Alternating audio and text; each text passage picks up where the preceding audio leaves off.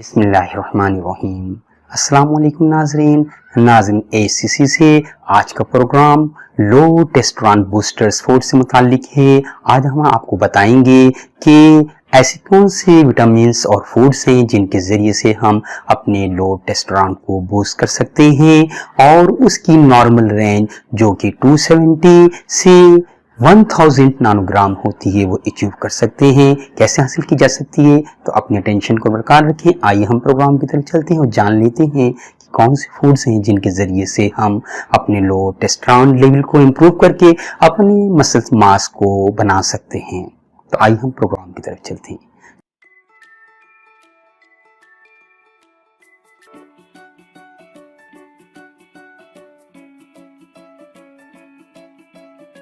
नाज़रीन, आपका मेज़बान डॉक्टर जी सिद्दीकी, आप देख रहे हैं Alshifa health and hair clinic. Alshifa health and clinic के तमाम प्रोग्राम आप देख सकते हैं ACC की लाइब्रेरी से, यानी Alshifa health and care clinic की लाइब्रेरी से। नाज़रीन, आपने अगर मेरे चैनल को सब्सक्राइब नहीं किया है तो सब्सक्राइब कर लीजिएगा और बेल आइकॉन को भी क्लिक कर लें ताकि आने वाले प्रोग्राम भी आप देख सकें। तो जान लेते हैं लो टेस्टोस्टेरोन की कुछ साइन को। उसके साथ ही हम जानेंगे कि कौन सी खुराक हैं जिनके ज़रिए से हम, और कौन से विटामिन हैं कि जिनके ज़रिए से हम अपने लो टेस्टोस्टेरोन को इम्प्रूव कर सकते हैं। लो टेस्टोस्टेरोन की साइन के अंदर बोन मास का कम हो जाना, बोन डेंसिटी यानी बोन्स की हड्डियाँ भी हमारी कमज़ोर हो जाएँ, उसमें वज़न और ताकत कम हो जाए, ब्रिटल हो जाएँ, नाजुक और कमज़ोर हो जाएँ, स्पेशली जिस्म के ऊपर बोन मास कम हो जाए, यानी जो कि जिस्म पर एक गोश्त होता है वो कम हो जाए और हड्डियां कमज़ोर हो जाएं। मसल मास की कमी, बोन मास की कमी, ये तमाम तर लो टेस्टोस्टेरोन की वजह से होती है। हेयर फॉल का इशू जो नौजवानों में आता है वो भी लो टेस्टोस्टेरोन की वजह से होता है। इसके अलावा लो सेक्स ड्राइव का इशू भी लो टेस्टोस्टेरोन की वजह से होता है। और साथ ही उन नौजवानों में जो चिड़चिड़े हो जाते हैं, इरिटेट हो जाते हैं, बात बात पर उलझ जाते हैं, ज़रा सी बात को पर लड़ने झगड़ने लग जाते हैं, टेम्पर लूज होते हैं, वो भी लो टेस्टोस्टेरोन की वजह से उनमें ये कैफियत होती है। तो हम यहाँ स्पेशली डिस्कस करेंगे कि कैसे अपने टेस्टोस्टेरोन को इम्प्रूव करके अपने बोन मास को इम्प्रूव कर सकते हैं, अपने मसल मास को इम्प्रूव कर सकते हैं ताकि आपकी बॉडी भी एक नौजवानों की तरह हो जाए और चेहरे पे जो हमारे बाल हैं, हमारी दाढ़ी के, हमारे सर के और बाकी जिस्म के बाल भी अच्छे तरीके से निकल आएँ और हमारी आवाज़ के अंदर मर्दानगी और वजाहत पैदा हो जाए, बॉडी से भी आप मर्दों की तरह लगें। ये तमाम तर ख़राबियाँ जो होती हैं वो लो टेस्टोस्टेरोन की कमी की वजह से होती हैं। लो टेस्टोस्टेरोन की साइन को जानने के बाद हम जानेंगे कि ऐसे कौन से विटामिन्स हैं जिनकी कमी की वजह से लो टेस्टोस्टेरोन का इशू आता है और उन्हें ऐसे कौन से विटामिन्स हैं कि जिनके इस्तेमाल से हम अपने लो टेस्टोस्टेरोन के साइन को ख़त्म कर सकते हैं और अपने बोन मास को, अपनी मसल मास को इम्प्रूव कर सकते हैं। तो यहाँ हम आपको बताएंगे कि विटामिन डी जो कि एक जिसका सोर्स सनलाइट होता है बहुत ही इम्पॉर्टेंट होता है। इसके अलावा विटामिन डी के साथ आपको जिंक के साथ आपने मैग्नीशियम, सेलेनियम और साथ ही आपने आयरन की भी एक वाफिर मिकदार आपको चाहिए होती है अपने बोन मास को इम्प्रूव करने के लिए, अपने टेस्टोस्टेरोन को इम्प्रूव करने के लिए। नॉर्मल तौर पर टेस्टोस्टेरोन के लेवल को चेक करने के लिए ब्लड टेस्ट कराए जाते हैं, टी लेवल को चेक किया जाता है, जिसमें अगर आपकी रेंज 270 से 1000 नैनोग्राम पर डेसीलीटर आए तो ये नॉर्मल कंसीडर की जाती है। इसके बाद सिर्फ आपको एक्सरसाइज की ज़रूरत रहती है। आप रेगुलर बेस पे आप कोई जिम ज्वाइन करें, एक्सरसाइज करें और मुतवाज़न ग़िज़ा का इस्तेमाल करें तो आपका बोन मास इम्प्रूव होना शुरू हो जाता है। लेकिन अगर आपको लो टेस्टोस्टेरोन का इशू आता है और 270 नैनोग्राम पर डेसीलीटर से अगर आपका टेस्टोस्टेरोन लेवल कम आता है तो जान लें कि यहाँ लो टेस्टोस्टेरोन की इशू की वजह से आपके मसल मास नहीं बनेंगे, चाहे अगर आप एक्सरसाइज भी कर रहे हों। साथ ही आपको अब यहाँ इसे इम्प्रूव करने के लिए जो डाइट चाहिए होगी उसमें सबसे इम्पॉर्टेंट है लो फैट मिल्क नंबर 1 पे low fat milk. Low fat milk के लिए आपको चाहिए कि आप जब दूध को बॉईल कर लेते हैं तो उस पे जो पहली लेयर आप जो मलाई की बनती है या मलाई की बनती है वो आप उतार लेंगे। उसके बाद आपने उस दूध के अंदर 2 अंडे की जर्दियाँ आपने उसमें हल करनी है। हल्का सा शहद के साथ मीठा कर लें तो बहुत ही अच्छा है, नहीं तो शुगर के साथ उससे मीठा कर लिया जाए और वो आपने इस्तेमाल करना है ताकि आपके विटामिन डी का जो इशू है वो इससे इम्प्रूव हो जाए, विटामिन डी आपके जिस्म को मिल जाए। इसके लिए विटामिन डी को इम्प्रूव करने के लिए सुबह की जो सनलाइट होती हैं वो आपने अपने जिस्म पे लगानी है। सूरज की तरफ अपनी कमर को अपने जिस्म को करके रखें ताकि वो सनलाइट आपकी बॉडी में जज्ब हो जाए और आपके विटामिन डी को इम्प्रूव करें। साथ ही आपने फ़िश इस्तेमाल कर रही हैं, उसमें ट्यूना फ़िश सबसे इम्पॉर्टेंट होती है, लेकिन फ़िश की तमाम तर वैराइटीज़ के अंदर आपको वाफिर मकदार के अंदर विटामिन डी भी मिल जाता है और जिंक भी आपको मिल जाता है। इसके अलावा मैग्नीशियम वगैरह भी अवेलेबल होता है। तो उसके लिए आपको एक स्टीमर लेना होगा, मार्केट में अवेलेबल होता है, जिसके नीचे एक बाउल होता है, एक स्ट्रेनर होता है जाली के लिए और एक ऊपर ढकना होता है। उस स्ट्रेनर के अंदर आपने निचले हिस्से में पानी भरना होता है। पानी इतना लें कि उसकी जाली को टच ना हो और इतना कम भी ना लें कि बॉयल करने के दरमियान में पानी ख़त्म ना हो जाए। बस आप इतना ख्याल रखें कि अगर बॉयल हो तो जाली को टच ना हो।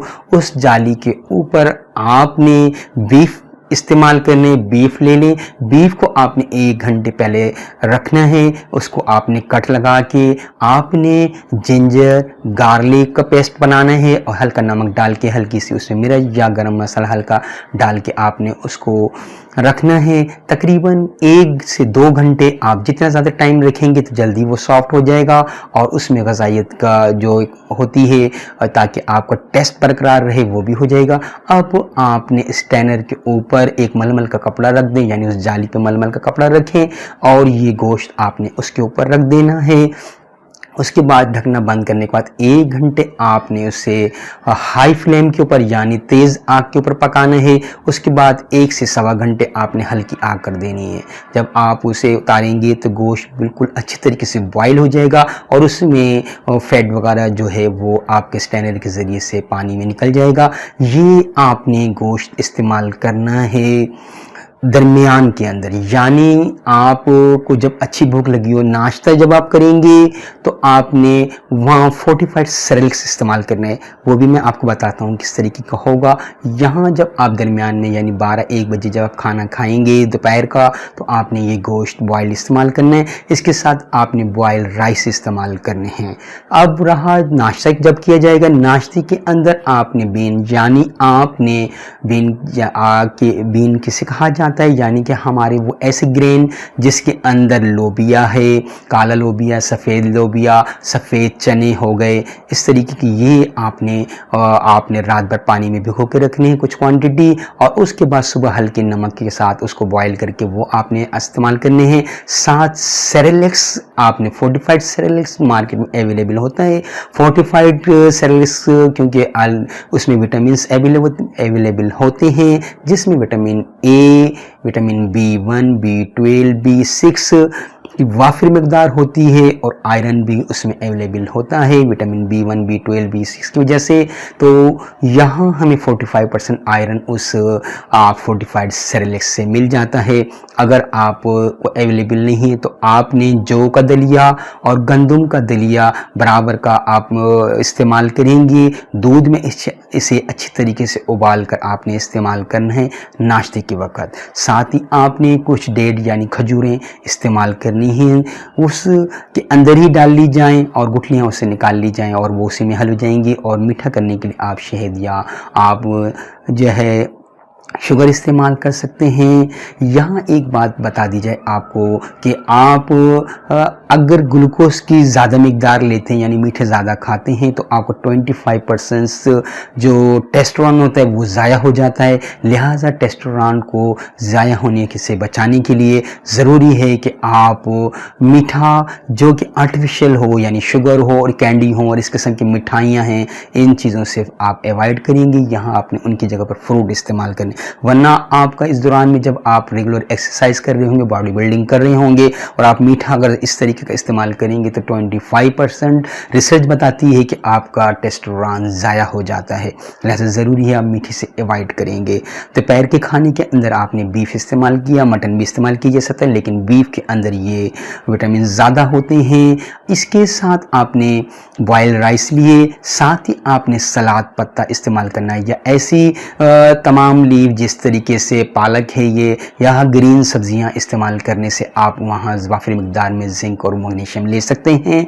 और साथ आपने अपने बोन मास को इम्प्रूव करने के लिए मैं आपको एक डाइट बताता चला जाऊँ कि आपने दूध के अंदर कुछ खजूरें उबाल लेनी हैं और खजूरें और दूध आपने वो इस्तेमाल करने, साथ उसके बाद आपने 6 से 10 केले, अगर 12 केले इस्तेमाल कर सकते हैं एक साथ तो ठीक है, नहीं तो 6 केले आपने 6 केले एक टाइम में ले लेने, फिर दूसरे टाइम जब आप दूध इस्तेमाल करें तो 6 केले आपने वो खाने हैं।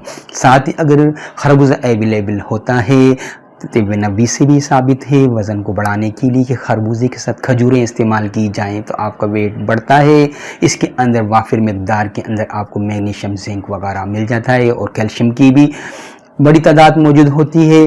कैल्शियम की कमी हो जाने की वजह से भी आपकी हड्डियां ब्रिटल हो जाती हैं, कमज़ोर हो जाती हैं, बोन मास उनके अंदर जो उनकी डेंसिटी होती है वो कम हो जाती है।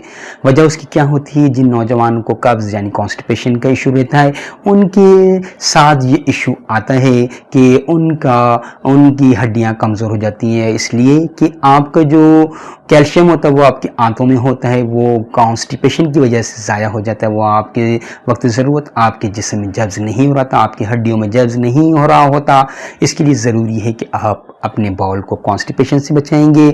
बॉल को कॉन्स्टिपेशन से बचाने के लिए यानी अब आपका पेट कॉन्स्टिपेटेड यानी कब्ज़ वाला नहीं रहे, तो इसके लिए ज़रूरी है कि आपने निहार मुँह 3 टेबल स्पून आधी गिलास पानी में पहले आपने 3 टेबल स्पून स्पोगोल का छिलका डालना है, उसके बाद फ़ौरन गिलास को भर लें और उसे हल करने के बाद आपने फ़ौरन पी लेना है। जब आप ये एक दिन छोड़ के एक दिन इस्तेमाल करेंगे तो आपका ये इशू कि आपके बॉल कॉन्स्टिपेशन की वजह से टाइट रहता है या कब्जी रहती है वो ठीक हो जाएगी और आपका कैल्शियम आपकी आंतों से आपकी हड्डियों और जिस्म में जब्ज़ होना शुरू हो जाएगा। रात के वक्त आप जब दूध इस्तेमाल करेंगे तो आपने बागची, जिसके लिए कहा जाता है कि इसमें 5%, ये कुछ लोग कहते हैं कि 15% से ज़्यादा इसके अंदर कैल्शियम यानी दूध से ज़्यादा इसमें कैल्शियम मौजूद होता है, तो आपने बागची पानी में भिगो के रख लें। 2 चमचे रात को आपने दूध में हल करके वो पीनी है बागची। और रात के खाने के अंदर आपने फ़िश बॉयल लेनी है, साथ थोड़े राइस बॉयल लेने हैं और उसके साथ रूटीन की जो आप खाना खा रहे हैं वो साथ आप खाएंगे। 2 दिन आपने हफ्ते के अंदर आपने दूध के अंदर जलेबियां डाल के आपने उस गर्म दूध में रख लें और हल्की आग के ऊपर जब उसमें जलेबियाँ डाल दें, जब वो नरम हो जाएं तो आपने दूध जलेबी इस्तेमाल करनी है। इससे भी आपके बोन मास में इम्प्रूवमेंट आएगी। और वो नौजवान जो किसी बुराई में मुब्तला हैं, ख़ासतौर पर मुजसनी वगैरह में, तो वो छोड़ दें, क्योंकि आपका सेलेनियम आपका ज़ाया हो जाता है, आपके टेस्टोस्टेरोन की इम्प्रूवमेंट नहीं आती है इसी वजह से। अब मैं आपको यहाँ बूस्ट करने के लिए होम्योपैथिक मेडिसिन भी बताता चलूँ ताकि इनके इस्तेमाल से आपका टेस्टोस्टेरोन भी बूस्ट हो जाए और आपके जिस्म के अंदर मांस की भी इम्प्रूव हो जाए। मांस यानी गोश्त आपके जिस्म में बनने लगे, तो उसके लिए आपने इस्तेमाल करना है। Subscribe now and press the bell icon, never miss an update. Calcarea fluor 6x, calcarea phos 6x, calcarea fluor 6x से आपने सुबह 4 टेबलेटें ज़ुबान के नीचे डाल के इस्तेमाल करनी है, डिज़ॉल्व हो जाएंगी। दोपहर को आपने कलकेरिया फास्ट से 4 टेबलेटें ज़ुबान के नीचे डाल के इस्तेमाल करनी है। शाम को फिर कलकेरिया फ्लोर से और रात को कलकेरिया फास्ट। 6 दिन मतवादिर आपने ये मेडिसिन इस्तेमाल करनी है। याद रहे कि medicine Calcarea floor, Calcarea fast biochemic medicine है, ये आपने जर्मनी शवाबी की परचेज़ करनी है, लोकल मेडिसिन नहीं इस्तेमाल करनी। अब आपने 6 दिन रेगुलर जब ये दवाई इस्तेमाल करी तो 7वें दिन आपने सुबह सेलेनियम 3x की 2 टैबलेट्स वो साइज़ में बड़ी होती हैं, सुबह इस्तेमाल करेंगे। उस दिन आपने ये दोनों यानी कैलकेरिया फ्लोर, कैलकेरिया फास्ट इस्तेमाल नहीं करनी और रात को टेस्टिस सेकिटा 3x की 2 टैबलेट्स रात को इस्तेमाल करनी है। रोज़ाना रेगुलर बेस पे आपने एक्सरसाइज करनी है। जो नौजवान अपने बोन मास को इम्प्रूव करना चाहते हैं, अपनी बॉडी को ग्रोथ करना चाहते हैं, वो बॉडी बिल्डिंग करेंगे और अपने जिस्म को मस्कुलर और अच्छा स्ट्रॉन्ग रखने के लिए वो नौजवान जो बॉडी बिल्डिंग नहीं करते हैं वो रेगुलर बेस पे 40 से कम 45 मिनट एक्सरसाइज करेंगे, मिलीजुली हल्की और तेज़ वॉक करेंगे ताकि आपको पसीने आ जाएं। सनलाइट यानी सुबह की जो रोशनी, जो किरणें होती हैं वो आपने अपनी बॉडी पे जज करने के लिए अपनी कमीज़ उतार ली जाए और जिस्म के अंदर आपने उस सनलाइट की तरफ आपने उसको एक्सपोज करना है, उसकी तरफ करना है ताकि आपकी जिल्द के ज़रिए से आपको विटामिन डी वाफिर मिकदार में मैसर हो जाए। एक्सरसाइज के लिए आपने स्टार्ट जो है एक्सरसाइज का करना है वो लो वेट के साथ करना है और कुछ अरसे यानी हफ्ते से 15 दिन आपने हल्के वेट से करना है, फिर वेट को आस्ते आस्ते बढ़ाते जाएं। याद रहे कि अगर आप लो वेट से एक्सरसाइज करेंगे तो आपके मसल्स फिर ग्रोथ नहीं करेंगे बल्कि मस्कुलर हो जाएंगे, उसमें कट वगैरह बन जाते हैं लेकिन वो ग्रोथ नहीं करते। वजह उसकी क्या होती है कि ये ट्रेनर का काम होता है आपको बताया, लेकिन आपने वक्त के साथ साथ जैसे ही आप जब एक्सरसाइज से फेमिलियर हो जाएं तो आपने अपने वेट को बढ़ाना है और आपने कम से कम 10 किलो का डंबल इस्तेमाल करना है बाजू लगाने के लिए, 10 किलो का। उसके साथ आप उसी के साथ आप बाजू लगाएंगे और ट्राइसेप और उसके बाइसेप की भी एक्सरसाइज आपने इतनी ही वेट से कम करनी है कि अगर आप राड के साथ खींच के अगर ट्राइसेप बाइसेप लगा रहे हैं तो कम से कम 50 केजी का वेट होना चाहिए। अगर डंबल के साथ आप ट्राइसेप बनाते हैं तो 10 किलो का डंबल आपने इस तरीके से ऐसे करके करना है ताकि आपके शोल्डर भी साथ बाइसेप और ट्राइसेप और इस ट्राइसेप के लिए ऐसे करके आपने 10 किलो का डंबल के साथ एक्सरसाइज करनी है। इसी तरीके से याद रहे कि एक्सरसाइज करते वक्त मुंह में आपको कोई चीज़ नहीं होना चाहिए और तवाज़ुन को बरकरार रख के करेंगे, वरना आपके मसल्स बाज़ औक़ात ऐसा होता है कि हाथ एक साइड से किसी का शोल्डर नीचे लटक जाता है। वज़न एक साइज़ का इस्तेमाल करना है। 10 किलो का डंबल को ही इस्तेमाल करें तो दूसरे में भी 10 किलो का डंबल है। अब छाती के जब आपने बेंच प्रेस लगाने हैं तो वो वेट भी आपने आस्ते आस्ते बढ़ाते जाना है। कम से कम 50 केजी का आपने बेंच प्रेस लगाना है। 50 केजी का बेंच प्रेस जितना आप उसके लिए अपने किसी साथी और दोस्त से भी हेल्प ले सकते हैं उस एक्सरसाइज के दौरान में। उसके बाद आपके शोल्डर की एक्सरसाइज है वो भी आप करें। फिर आपने अपनी फैट को डिसॉल्व करना है क्योंकि पेट के ऊपर मसल्स लाने के लिए बहुत ज़्यादा मेहनत करना पड़ती है, जिसके साथ आपने अपने वेट को, अपने पेट वाली जो है जो पे चर्बी को ख़त्म करने के लिए आपको एक्सरसाइज करना पड़ेगी। उसके लिए आप डंबल भी इस्तेमाल कर सकते हैं। टेबल के ऊपर लेट के भी अपने पाँवों को ऊपर करके इस तरीके से पेट की तरफ लाएं और छोड़ें और आप इस तरीके से उसे ख़त्म करेंगे और उसमें मसल्स आ जाएंगे, बनना शुरू हो जाएंगे। इन तमाम आप चीज़ों के लिए साथ साथ आपने जब आप एक्सरसाइज कर रहे हैं तो ORS यानी आप वो घर में भी बना सकते हैं। जब आप जा रहे हों जिम तो आपने एक लीमू एक बोतल के अंदर निचोड़ लेना है। 1 चम्मच आपने 8 चमचे शुगर की इस्तेमाल होती है एक ORS में, लेकिन आपने कम से कम जो है आप उसमें 4 चम्मच शुगर डाल लें और 1/4 चमचा आप नमक का डाल के हल कर लें और वो बोतल साथ ले जाएं। वो पानी आपने दौरान में एक्सरसाइज की अगर आपको प्यास लगे तो आपने 1-2 घूंट करके पीना है और कोई चीज़ उस दौरान में इस्तेमाल करनी नहीं है। जब एक्सरसाइज करके आएंगे तो आपने बॉयल राइस के साथ बॉयल फिश इस्तेमाल करनी है और या दूध के साथ खजूरें मिला के और बाद में उसमें केले इस्तेमाल करने हैं। अब हम चलते हैं कि वो नौजवान जो किसी बुरी हैबिट की वजह से अपने जिस्म के अपने टेस्टोस्टेरोन को ज़ाया कर चुके हैं और वो कमज़ोर हो रहे हैं, तो ये तमाम तर खुराकें भी उन्हीं के लिए हैं। वो अगर एक्सरसाइज नहीं कर रहे हैं तो ये खुराकें इस्तेमाल करके भी अपने टेस्टोस्टेरोन लेवल को बूस्ट कर सकते हैं। तो यहाँ आपको बता देना बड़ा ज़रूरी था कि विटामिन डी, जिंक, सेलेनियम और मैग्नीशियम की अगर वाफिर मिकदार जो कि आपको चाहिए होती वो आप अगर लेंगे तो आप अपने टेस्टोस्टेरोन लेवल को खुराक के ज़रिए से, फूड के ज़रिए से भी इम्प्रूव कर सकते हैं। सप्लीमेंट के तौर पे मैंने आपको होम्योपैथिक मेडिसिन बताई हैं, वो आपने इस्तेमाल करनी है। याद रखिए एक्सरसाइज के दौरान में कोई एक्सटर्नल सप्लीमेंट जैसे मेगा मास वगैरह और किस्म के जो पाउडर वगैरह आते हैं वो इस्तेमाल नहीं करने होते हैं। वो फैट्स पे इसके अंदर मैं उसे रिकमेंड नहीं करूँगा। आपने जितनी भी एक्सरसाइज करनी है वो रेगुलर एक्सरसाइज करनी है, देसी तरीके की एक्सरसाइज करनी है और देसी खुराक इस्तेमाल करनी है। आप देखेंगे 1 से 2 महीने के अंदर आप काफ़ी इम्प्रूव कर जाएंगे। अब मैं आपको बताता हूँ कि विटामिन डी आपको रोज़ाना कितना चाहिए होता है। तो विटामिन डी 1.0 मिलीग्राम रोज़ाना एक मर्द और नौजवान औरत की खुराक होती है। इसके साथ साथ हम दूसरी चीज़ें भी जान लेते हैं कि आपको रोज़ाना कितनी। मैग्नीशियम आपको 350 यानी 350 मिलीग्राम रोज़ाना चाहिए होता है, जबकि आपको जिंक 5 to 10 मिलीग्राम रोज़ाना चाहिए होता है। मैं मैग्नीशियम जिस खुराक में ज़्यादा होता है वो भी आपको बता देता हूँ और जिंक जिन खुराक में ज़्यादा होता है मैं आपको वो भी बता देता हूँ, ताकि आप इस चीज़ का ख्याल रखें कि आप देसी तरीके से ये कैसे हासिल करेंगे।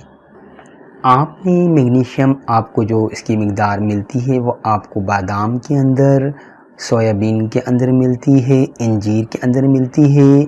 याद रहे कि जिन नौजवानों को कब्ज़ की शिकायत रहती है वो रात को 2 अंजीर पानी में भिगो के रख दें, सुबह वो पानी भी पी लें और इंजर चबा के इस्तेमाल करें, तो इंशाल्लाह उनकी ये कैफियत कब्ज़ वाली जो होती है वो भी ठीक हो जाएगी और उन्हें मैग्नीशियम भी वाफिर मिक़दार में मिल जाएगा। इसके अलावा आपको ये दालों से भी हासिल होता है, लेकिन उसके अंदर मैंने आपको रिकमेंड किया है कि आप लोबिया, स्पेशली लाल लोबिया इस्तेमाल करेंगे, सफ़ेद चने इस्तेमाल करेंगे बड़े वाले। वो आपको बताया था तरीका कि बॉयल करके आपने हल्का नमक डाल के सुबह निहार मुँह इस्तेमाल करने हैं।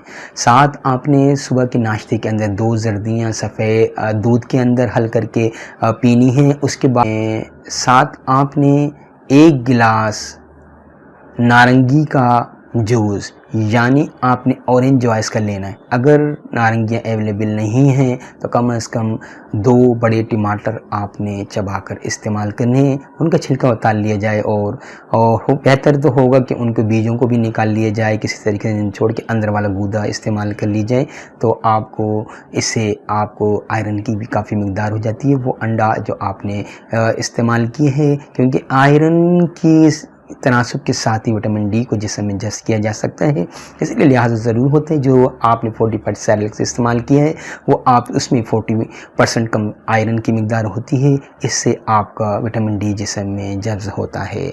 आप अगर ऐसे खुराक इस्तेमाल करते रहेंगे लेकिन अगर आयरन की आप अगर नहीं लेंगे तो आपका विटामिन डी जिस्म में जज़्ब नहीं होता है, कैल्शियम जज़्ब नहीं होता है, इसलिए ज़रूरी होता है कि आयरन भी साथ इस्तेमाल किया जाए।